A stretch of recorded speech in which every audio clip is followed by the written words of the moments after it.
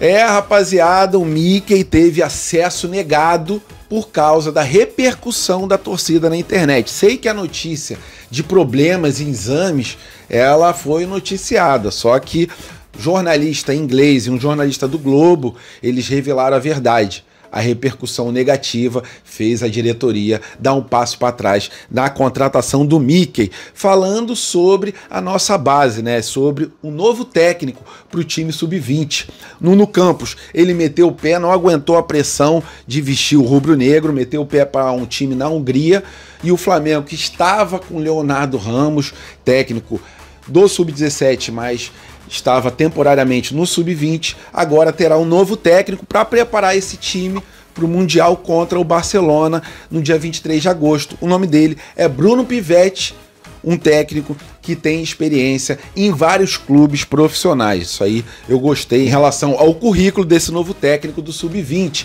E falando sobre conquistas, o nosso sub-15 venceu nos pênaltis o Fluminense e levantou o caneco do Carioca da categoria depois de 7 anos. Essas e outras vocês encontram agora na Flageral TV, mas antes disso, por favor, deixe seu like, se inscreva no canal Flageral, que tem tudo da base ao profissional. Isso aqui é Flamengo! E falando agora sobre o nosso sub-20, Flamengo tem um novo técnico à vista, chegando para preparar o time para esse jogão do dia 23 de agosto, que é a grande final do Mundial, Flamengo versus Barcelona no Maracanã. Sub-20 do Flamengo, que atualmente tem o Leonardo Ramos à frente temporariamente, por causa da saída do Nuno Campos, que alegou problemas pessoais, né? Foi uma aposta aí do José Boto.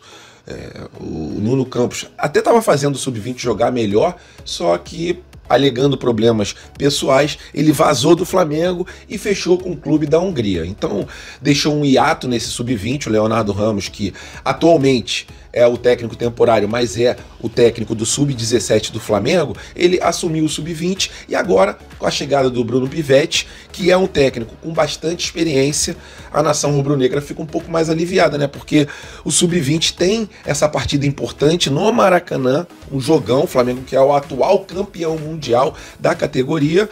Agora com a chegada do Bruno Pivetti, que já passou pelo Operário, pelo Náutico, pela Chapecoense, pelo CRB, pelo Vitória, agora vai assumir o nosso sub-20. O último time dele foi o Operário, que após 10 anos sem vencer um título paranaense, conseguiu conquistar nesse ano de 2025. Então, ele pelo menos tem bastante experiência, e a filosofia que ele quer implementar, segundo José Boto, é fazer o time do Flamengo sub-20 jogar o mais parecido possível com o time do Felipe Luiz. Gostei desse nome, ok? Pela experiência que ele tem, e a princípio ele assume o time do Flamengo até o ano de 2028. É isso sobre o novo técnico. A nação rubro-negra aguarda com muita ansiedade essa partida contra o Barcelona, né? No último título do Flamengo Mundial, vencemos o Olympiacos no Maracanã, e com 5 jogadores que jogam no time profissional do Olympiacos, jogadores titulares do time profissional do Olympiacos, ou jogadores que sempre entram. E o Flamengo foi lá com o Felipe Luiz, na época, à beira do campo, e conquistou esse Mundial contra o Olympiacos. E a gente tem aquela saudade de gritar campeão do mundo de novo, e se Deus quiser, dia 23 de agosto, com o técnico Bruno Pivetti à frente do time rubro-negro, e o time rubro-negro cheio de bons jogadores, né? Lohan, Chola, Pablo Lúcio, Pedro Leão, entre outros jogadores aí.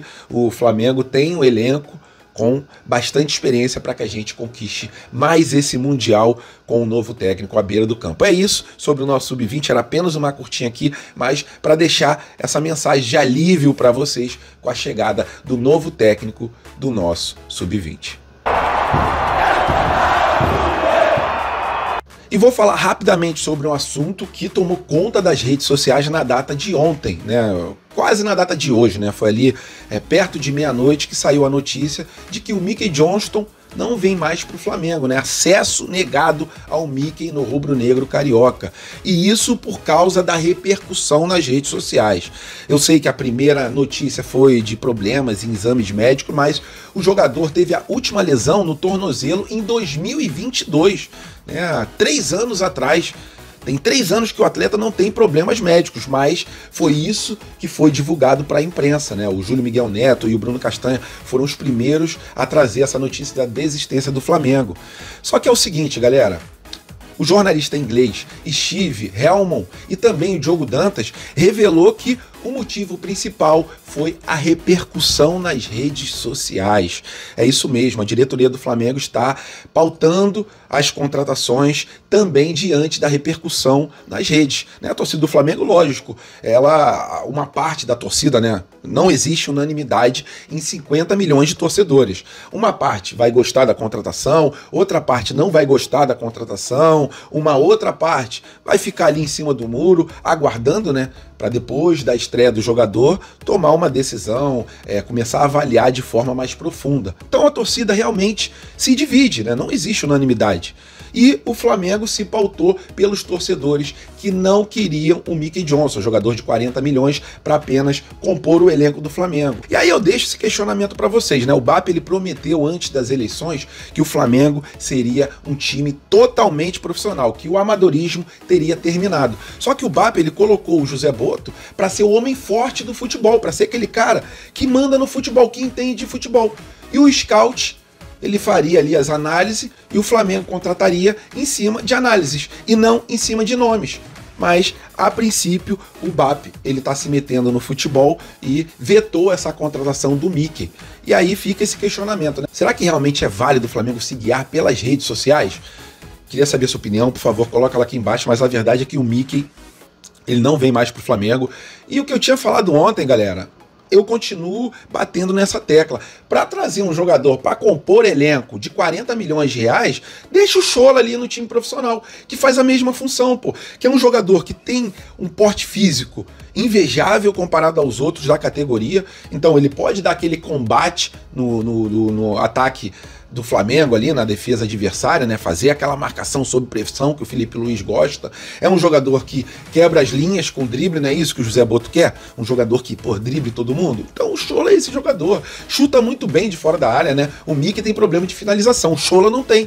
Então, eu buscaria sempre na base antes de comprar um jogador para compor elenco. Se vier um extra classe, igual o Jorginho, beleza. Aí não tem o que a gente falar, não, vamos pegar um jogador da base para botar lá que é melhor que o Jorginho. Não, o Jorginho é um jogador de muita experiência e já mostrou para o que veio no futebol. Mas não era o caso do Mickey. Então, sua opinião é importante. Quero saber se vocês estão ali de acordo com essa decisão, não por causa da parte médica, e sim pela repercussão nas redes sociais. Será que está certo o Flamengo em se pautar pela internet? Sua opinião é muito importante. Acesso negado ao Mickey.